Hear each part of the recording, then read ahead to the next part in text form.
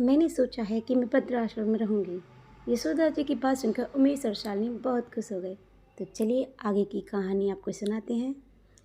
तो welcome back my YouTube family. तो फिर से एक और कहानी लेकर आए हैं आपके लिए। यशोदा जी सुबह से भूख से बहुत परेशान थी। उनकी बहू शालिनी ने उनको खाने के लिए कुछ भी नहीं दिया, क्योंकि सुबह नाश्ते में उसने बस पूड़ी सब्जी बनाए थे और अब वो भी ख़त्म हो गए। इसलिए अब यशोदा जी दोपहर के खाने का इंतज़ार कर रही थी। पर शालिनी आज बाहर जाने वाली थी, इसलिए वो दोपहर का खाना नहीं बनाने वाली थी। भूख से बहुत परेशान होने के बाद यशोदा जी शालिनी के पास गई और उससे बोली, शालिनी मुझे बहुत तेज भूख लगी है, खाने के लिए कुछ दे दे।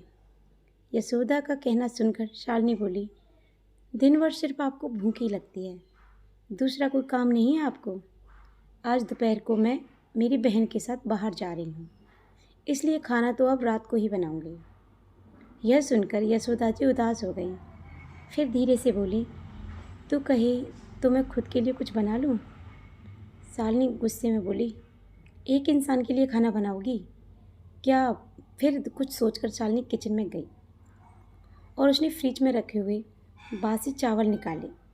चटनी के साथ वह चावल एक थाली में रखकर यशोदा से बोली, खा लो। ऐसा कहकर पर्स लेकर शालिनी अपनी बहन के साथ बाहर चली गई। चावल खराब हो गए थे, उनसे गंदी बदबू आ रही थी। यशोदा ने वह चावल डस्टबिन में डाल दिए। इसके बाद उन्होंने सब्जी रोटी बनाकर खाई और बर्तन साफ करके रख दिए और अपने कमरे में जाकर सो गई। शालिनी ने भले ही खाना बनाने से मना किया था, पर यह घर उसका भी था और वह खुद का खाना खुद बना सकती है। दूसरे दिन सुबह यशोदा अपने कमरे में बैठी थी, तभी उनका बेटा उमेश आया और बोला, माँ मैं सोच रहा था कि एक कमरा किराए पर दे दिया जाए। घर का किराया आने पर घर खर्च में थोड़ी मदद हो जाएगी। तुमको पता है महंगाई कितनी है। यशोदा जी बोली, बेटा तुझे जो ठीक लगे तू वही कर। उसके बाद उमेश बोला, माँ तू अपना कमरा खाली कर दे और नीचे के कमरे में शिफ्ट हो जा। उस छोटे से कमरे में टॉयलेट और बाथरूम नहीं है, तो उसे कोई किराए पर नहीं लेगा। यशोदा जी चौंक गई और बोली, पर वह कमरा तो छोटा है, मैं उधर रहूँगी तो टॉयलेट बाथरूम कैसे जाऊँगी? उमेश बोला, माँ तू आंगन के बाथरूम में चली जाना, तू तो घर ही रहती है ना। जिसको हम रूम किराए पर देने वाले हैं उसको तो सारी सुख सुविधा तो चाहिए। वैसे भी यह कमरा बहुत बड़ा है। पापा के जाने के बाद तुझे इतने बड़े कमरे की क्या ज़रूरत है? यशोदा कुछ पल शांत रही और सोचने के बाद बोली, ऊपर जो कमरा है वह भी हम किराए पर दे सकते हैं, उस कमरे में सब सुविधाएं हैं। उस पर उमेश बोला, नहीं माँ, वह कमरा हम किराए पर नहीं दे सकते, वह अपने मेहमानों के लिए रखा है। तुझे तो अच्छे से पता है कि शालिनी के मायके वाले आते रहते हैं, इसलिए एक कमरा मेहमानों के लिए रखना पड़ेगा। यशोदा समझ गई कि बेटे ने तो उसका ही कमरा किराए पर देने का फैसला कर लिया है, क्योंकि वह बुढ़ापे में बेटे और बहू पर आश्रित है। इसलिए उमेश ने जो कहा उसका यशोदा जी ने ज़्यादा विरोध नहीं किया। उन्होंने अपना थोड़ा सामान लिया और छोटे कमरे में शिफ्ट हो गई। उधर उस पुराने छोटे कमरे में उसका जी घुट रहा था। तब भी वहाँ उसे कमरे में दिन काट रही थी। नया किराएदार आ गया था, सब पहले जैसा चल रहा था। किराएदार का नाम संजय था। वह एक एनजीओ में काम करता था। वह रोज़ शालिनी और उमेश यशोदा के साथ कैसा सलूक करते हैं वह देखता था। वह देखकर उसको बहुत बुरा लगता था। धीरे धीरे यशोदा जी संजय को अपने बेटे जैसा मानने लगी। संजय भी आते जाते यशोदा जी का हालचाल पूछा करता था और उनका ध्यान भी रखता था। उमेश और शालिनी को यशोदा जी से कुछ लेना देना नहीं था। शालिनी रोज़ बचा हुआ खाना उनकी थाली में रखकर चली जाती। बेटा तो उसकी तरफ देखता भी नहीं था। यशोदा जी तो पहले ही समझ चुकी थी कि उसका बेटा अब पहले जैसा नहीं रहा, वह बदल गया है। फिर भी वो आंखें बंद करके किसी पालतू जानवर की तरह उस घर में रहती थी, क्योंकि बुढ़ापे में उसको दूसरा किसी का सहारा नहीं था। रोटी के टुकड़ों के लिए उसको उनके सहारे रहना पड़ रहा था। कभी कभी यशोदा जी को बहुत रोना आता था। यशोदा सूरज को अपने मन की बातें बताने लगी। उनके पति की मौत बेटी की लापरवाही से हुई थी, पर वो ज़्यादा नहीं बोल पा रही थी। जब पति काम पर जाते थे तब घर में हमारा बहुत सम्मान होता था। जब उनसे काम नहीं होता था तब उन्होंने उमेश को घर खर्च में मदद करने को कहा। यह बातें उमेश और उसकी पत्नी को अच्छी नहीं लगी। जब तक पति घर चला रहे थे उमेश अपने सारे पैसे बचा लेता था, पर अब मजबूरी में उसको घर खर्च चलाना पड़ रहा था। धीरे धीरे माँ बाप का खर्च उसको बोझ लगने लगा था, लेकिन वह साफ साफ नहीं कह पा रहा था। तभी उनके पति की तबीयत बहुत खराब हो गई और वह चल बसे। डॉक्टर के पास जाने से पता चला कि उनको लीवर में इन्फेक्शन हुआ था। डॉक्टर थोड़ी महंगी दवाई लिखकर देते थे, तो उमेश पैसे बचाने की आधी दवाई लेकर आता था। पति भी इन बातों पर ज़्यादा ध्यान नहीं देते थे, लेकिन एक रात में उन्हें सांस लेने में बहुत परेशानी हो रही थी, तो यशोदा जी घबरा गईं और वह भागकर उमेश के कमरे का दरवाज़ा पीटने लगी और कहने लगी कि पापा की हालत बहुत ख़राब हो गई है, चल हम उन्हें डॉक्टर के पास लेकर चलते हैं। अभी उमेश बोला, माँ मुझे अब सोने दे, मुझे बहुत नींद आ रही है, हम सुबह पापा को डॉक्टर के पास लेकर जाएंगे।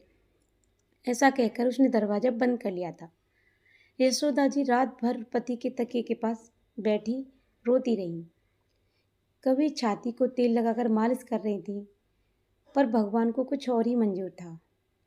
सुबह तक उनकी मौत हो गई और घर में एकदम शांति थी।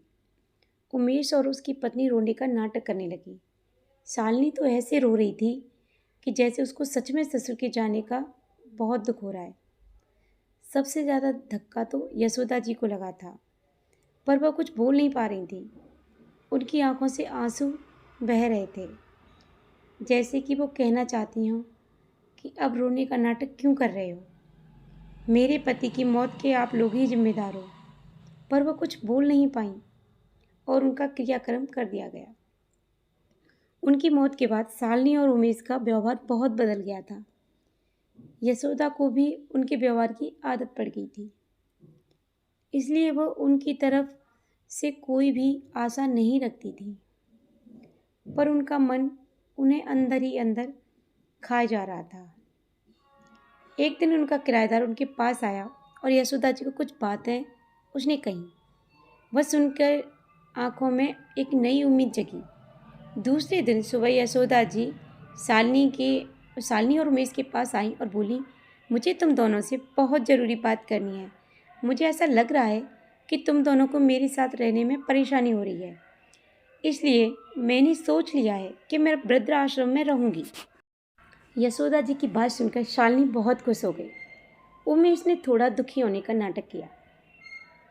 फिर थोड़ी देर बाद यशोदा जी ने उन दोनों के चेहरे के तरफ देखा और बोली, तुम दोनों को इतना खुश होने की ज़रूरत नहीं है, पहले मेरी सब बातें सुन लो।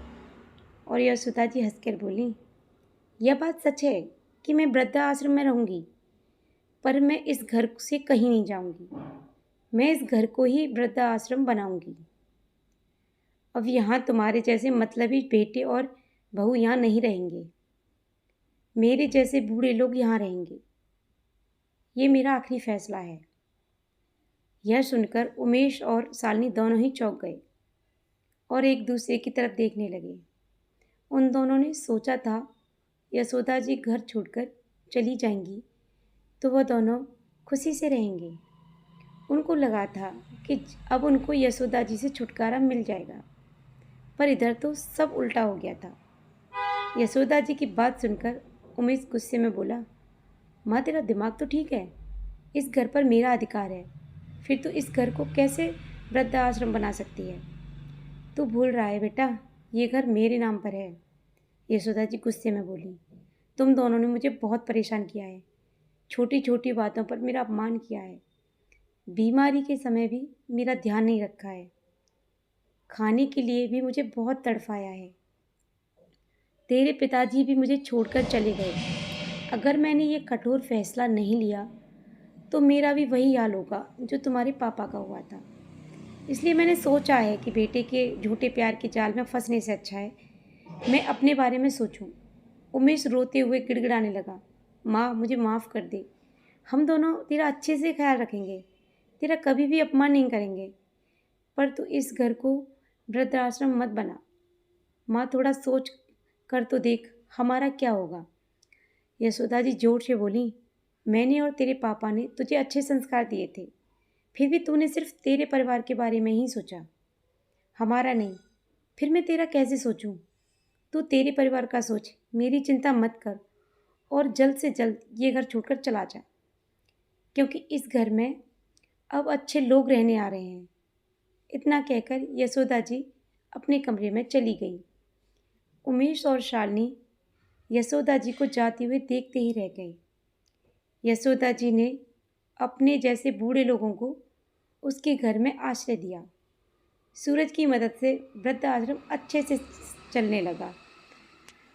तो आप लोग बताना कि आपको इस कहानी से क्या सीख मिली और आपको ये कहानी कैसी लगी। अगर आपको ये कहानी अच्छी लगी तो प्लीज़ अच्छे अच्छे कमेंट करना, और आप हमारे चैनल पर नए हो तो प्लीज़ हमारे चैनल को सब्सक्राइब करना, लाइक करना, शेयर करना। तो मिलते हैं नेक्स्ट वीडियो में एक और कहानी के साथ। तो तब तक के लिए अपना ध्यान रखिए। Bye bye everyone. जय माता दी।